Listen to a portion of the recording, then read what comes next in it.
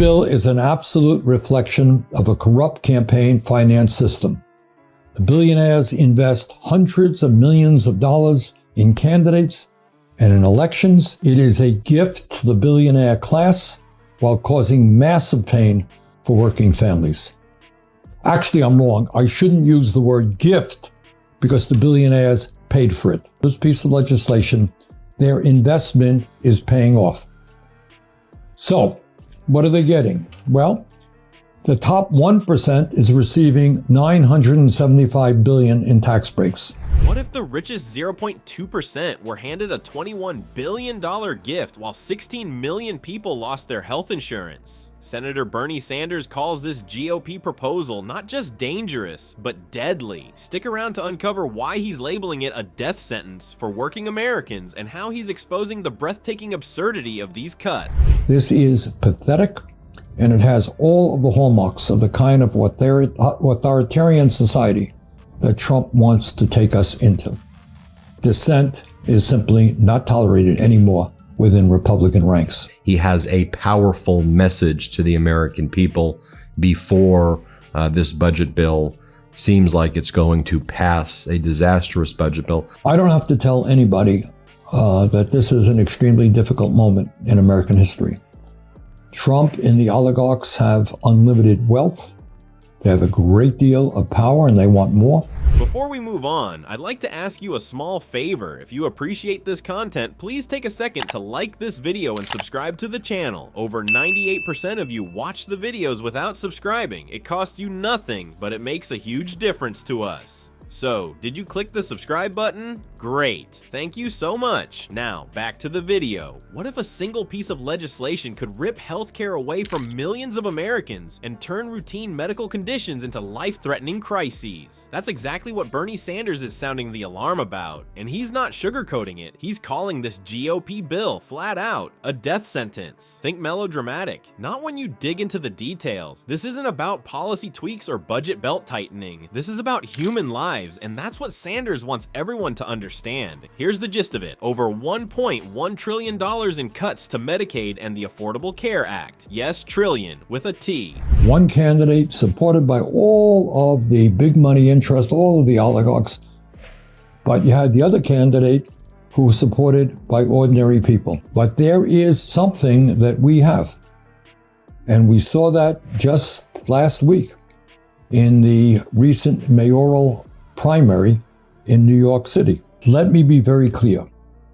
Trump's so-called big, beautiful bill, now on the floor of the Senate, is one of the most dangerous pieces of legislation. For context, Medicaid helps cover everything from childbirth to cancer treatments, especially for low-income and disabled Americans. Gutting that safety net doesn't just disrupt lives, it ends them. Sanders pointed out that under this proposal, millions of families would be forced to choose between bankruptcy or medicine. And to pour a little salt in the wound, the same bill hands the wealthiest 0.2% a tax break worth $21 billion, because apparently the guy adding gold-plated faucets to his fifth mansion needs a bit more breathing room. Picture this. There's a single mom in Indiana who already skips meals just to afford her son's insulin. Then there's a billionaire offshore who's busy commissioning a yacht with a champagne fridge. Under this bill, the billionaire gets a bigger tax break. The mom, she might now have to pick between her child's life and keeping the lights on at home. That's the kind of trade-off that 16 million people could face if this goes through. Even the cold hard math here is dire. Further, and this is really quite unbelievable, the wealthiest 0.2% receive a $211 billion estate tax break. Further, large corporations in this bill get a $918 billion tax break. That is what the 1% and the wealthy campaign contributors get. $211 billion for the top 0.2%.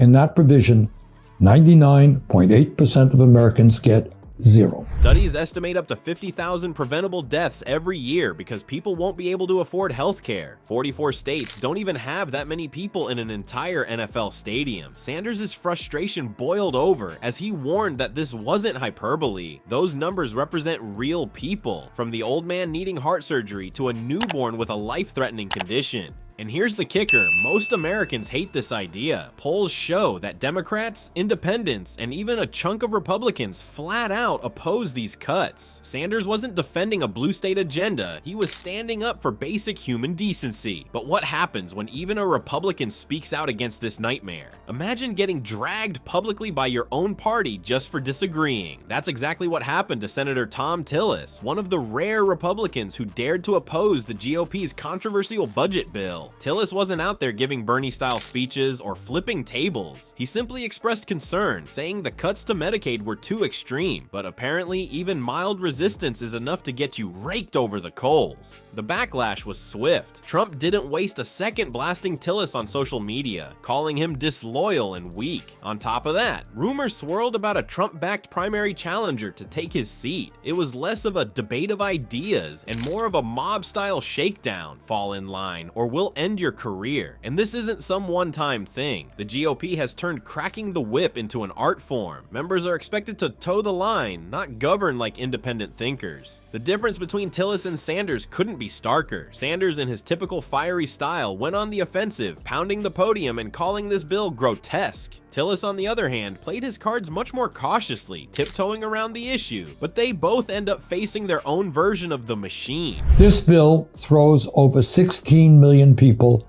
off of the health insurance they have by slashing Medicaid and the Affordable Care Act by over $1.1 trillion. So it forces millions of Medicaid recipients to pay a $35 copayment every time they visit a doctor.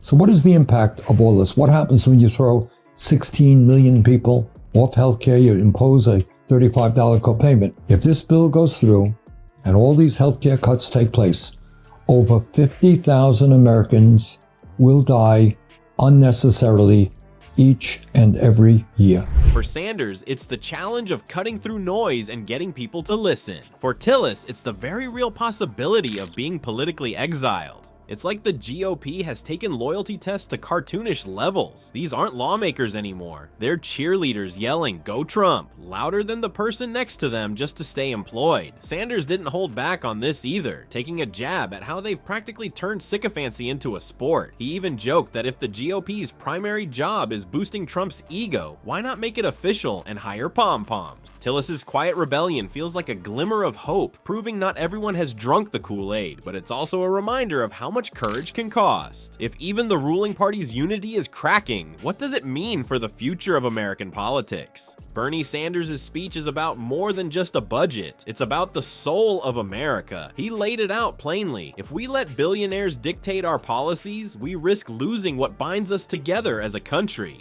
If we stand together and not let Trump and his friends divide us up, if we stand together, we can beat the oligarchs, he declared. This isn't some distant political drama. It's about real lives on the line. So ask yourself, will you stay silent or will you stand up and fight? Even the strongest machines crumble when people unite. What side of history are you on?